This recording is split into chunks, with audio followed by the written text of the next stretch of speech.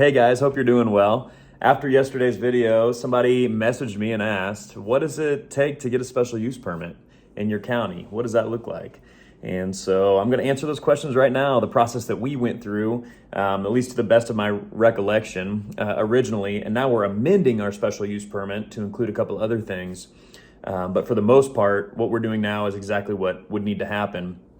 And not all counties are going to have something like this, but I have found that many counties across our state and in others do have a similar process. And so if you are getting some sort of property and you're wondering what you can do on it, start with your county.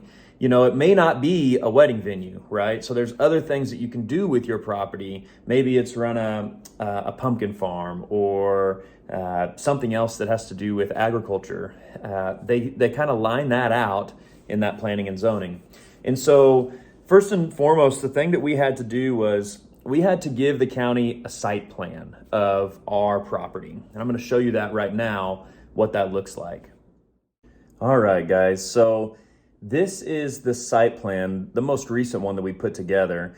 I could show you the old one, but no need since we redid this. The original one didn't have the buildings in the exact spot. They were actually pretty close, but now I know where some of these buildings where I really want them to go. So I'm making sure that this site plan is exactly how I want it. And so the county sent me an aerial of my property, and they put Kleinmeyer special use permit on there. That's our last name, obviously, and some fun logo stuff and whatnot. But from there, they let me kind of do the work myself. And so I was showing and representing on here where I want things to go. Now, you have to adhere to what's in the planning and zoning order as far as what you can do, but I read over that, asked the questions necessary, and this is what we've come up with. And so if I zoom in here, you'll see, you know, this is our driveway and it is existing. This aerial is a little bit older, so it didn't have the chapel on there yet, and it kind of has an older, you know, it kind of has the outdoor ceremony space there, but I went ahead and represented all of that there and put existing and proposed next to everything. And so you can see this kind of area right here would have been where the the tent would be currently. There's the circle paver section and then the sidewalk going up to the parking lot. And so check out those other videos to see, you know, me walking kind of in this area and showing you where this new reception building is going to go. And, you know, our county, as far as this special use site plan goes, they aren't making me have everything down to the exact inch, right? But they are saying, hey, would you please get it as close as you can? And we just want to know what buildings you're having on there. So if an accessory garage building gets moved, you know, over here, they're not going to necessarily throw a fit or not let you do it. They just want to know that you're going to have one on site and kind of your ideas for what you've got. And so, you know, you can see that we're planning to do the vineyard around this accessory house that we want to have as an Airbnb so people can spend the night. Parties can spend the night there. We did go ahead and put our house on there. If we're gonna do the B&B, we have to live on this property. So we can't do that without first living there, and that's totally cool. We're good with that because, hey, for somebody to just show up on this place and rent this space out with somebody being on site, it's really irresponsible.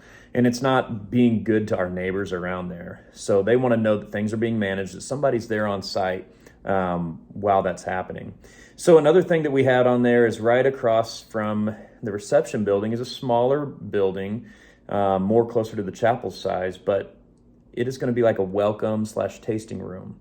And so ultimately we'd like to have staff in this building, you know, certain days of the week, so that if people show up, they can actually come up the driveway and stop by, get a glass of wine, or, you know, say hello. So that's kind of what we've got. You can see that there. There's nothing overly special about this, right? I did have to put kind of floodplain distances and whatnot, where water runs through my property, 100-year flood plan as well.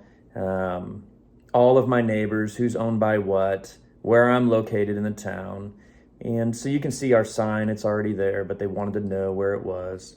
And so you can see that's kind of what I had to do. And I printed this off and took it to the county, and then they reviewed it. And they send it to all of the folks that are in there, on their committee. So from there, once I submit this, and there's other paperwork that I had to fill out as well, and it was just paperwork that they gave me that stated intent. And I could probably find that here. Let me take a look. Let's go right here. So anyways, we had to put on there who owns it. You can kind of look through this if you want.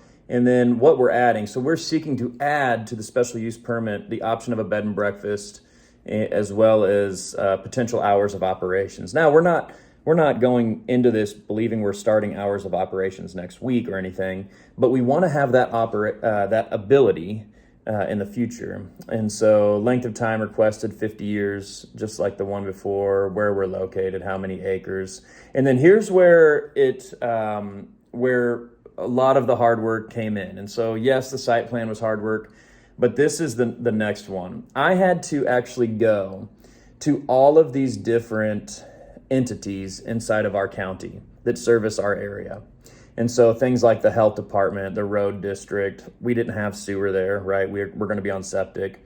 The public works water supply, and we already have water on site, but we had to still tell them our plan. The school district, fire protection, and then the ambulance district as well. I had to go to each one of these folks individually and ask them and show them, really, this is what we're wanting to do. Is there anything that you see there might be an issue with? Can you not provide service for this property anymore? And, for the most part, they're not going to say no, right? The biggest ones are kind of the water district. They have to make sure that they can provide water potentially to these buildings. The good thing about that is, they sign this document, but they put a caveat with every building that's added that has water. They have to be able to potentially upzone our meter, right? So anyway, so after I got this all filled out, we paid the fee, the total amount there, and I'll tell you what that covers here in a second. And then we submitted it. And then what happens is the county takes this, they review it, and they send a letter to every property that's around our property within 1,000 feet. So by the way of Crow, within 1,000 feet, they send a letter to this property owners stating what we're intending to do. And it invites those property owners to actually go to a meeting that will be held typically a month later. Ours will be July 19th, and petition this thing or, speak well of us. And so we've been through that process before. What I've done, and you may think of this too if this is in your process, is I've actually, before or right around the time that I knew that our neighbors were getting these letters, I actually went and spoke to them. I spoke to the ones that were getting these letters, and I said, hey, here's what we're doing. I just want to be another touch point with you. We're pretty friendly with all of our neighbors, which is great. Some of them we don't see as much, but the ones we do see, they're great people. In fact, some of them support what we do and have helped kind of make the dream come alive, which is really cool at the Brim. But for the most part, it's all good. Now, there was one family, I have to say, there was one landowner. They didn't have a building on their land, but they got a letter, and I could not figure out where they lived. Well, they ended up actually showing up to our original meeting, and they weren't excited about this kind of being, around their property, and they hope to one day build. But it was good to hear that from them, and it was good to get to talk with them afterwards and finally put a face to who owns that property. And that's just things you might have to deal with. So anyways, we're amending this right now. July 19th, it's a Tuesday night. We're going to be in front of the council there, and they're going to get to ask us questions about what we're doing. And the cool thing is we've been in front of this council before. They've already approved us there's no actually new buildings that we're going to be building on site. We just wanted to tell them we actually want to be able to have overnight stays there, and we want to be able to have potential hours. So we're not as worried about this as the original one, because there have been times where people have applied for special use permits for their property and they've not gotten them. I've heard of a couple stories like that, and it really comes down to how well do you do it? Do you talk to your neighbors about what you're doing? Because just because you put this all together and you submit it, it doesn't mean that it's going to happen, right? So hey, that's the special use permit. Probably took around 3 months to complete, and I think it was worth it, right? 50 years. To be able to do the things. Now that we're amending our special use permit, it's not that we're going to lose our old special use permit. It's just that if they don't approve it, we will end up just kind of sticking with what we've got. We can continue to build the reception center and move forward. So anyways, the price fee that they charge for that covers, they make an announcement in the newspaper that it's coming. It covers the cost for mailing to the neighbors that are around there. And then if there's anything left over, they give you a refund check back. I think they only spent half of the money last time and ended up handing us money back. So anyways, hey guys, thanks for checking in. It's great wine today, by the way. It's one of the best Malbecs I've ever had. Anyways, hey, like and subscribe, and we'll see you guys later. Take it easy. Bye.